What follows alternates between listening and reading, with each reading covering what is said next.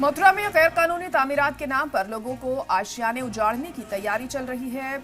इंतजामिया ने यहां 261 घरों को लाल घेरे में डाल दिया, जहां 1-2 दिन में बुलडोजर कार्रवाई शुरू हो जाएगी। दाल मंडी के बाद अब मथुरा में पीला पंजा चलने वाला है। रिपोर्ट देखिए।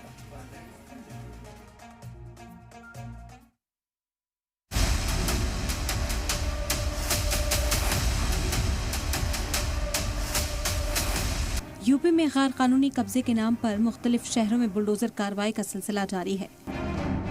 लोगों के आशियाने उजाड़े जा रहे हैं।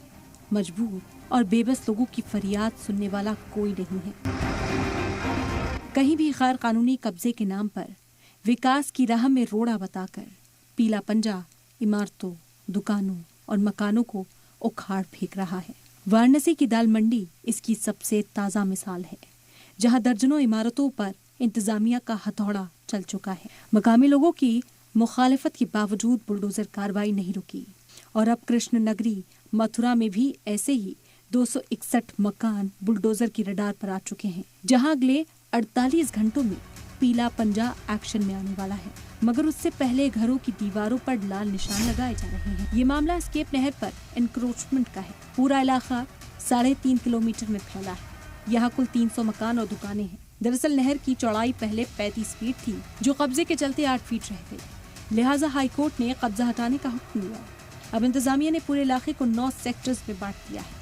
हर सेक्टर में मजिस्ट्रेट की तैनाती रहेगी और 3 फरवरी तक बुलडोजर कार्रवाई चलेगी। अवैध रूप से इन लोगों ने मकान बना रखे हैं, तो इनको तोड़वाने के लिए सुप्रीम कोर्ट का आदेश है कि भाई इनको अवैध अतिक्रमण को हटाया जाए। और इसी के क्रम में हम यहाँ पे अभी इसको मार्किंग कर रहे हैं और उसको नोटिस दे रहे हैं लोगों को कि भाई अपना मकान हटा लीजिए, अन्यथा की स्थिति में ये सब तोड़वाइए।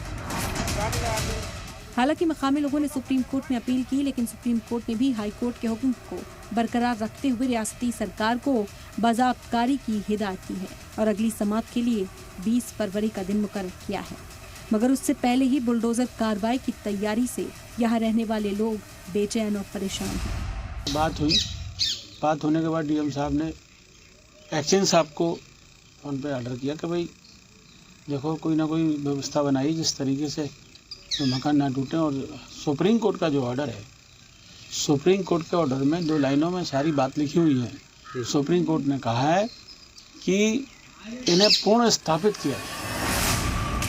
वहीं उत्तर प्रदेश के हमीरपुर में भी एक मकान पर गैर कानूनी तामीर का हवाला देकर बुलडोजर कार्रवाई की गई। यूपी में बुलडोजर की गरज के बाद एमपी में भी बुलडोजर कार्रवाई देखी जा रही है। मुताज़ा कंस्ट्रक्शन और गैर कानूनी बताकर एक मकान को जमींदोज कर दिया गया।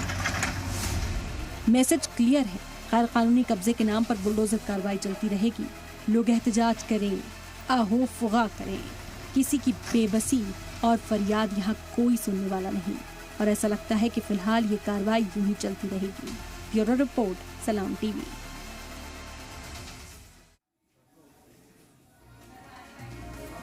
सोनभद्र के शाहगंज थाना इलाके में रामलीला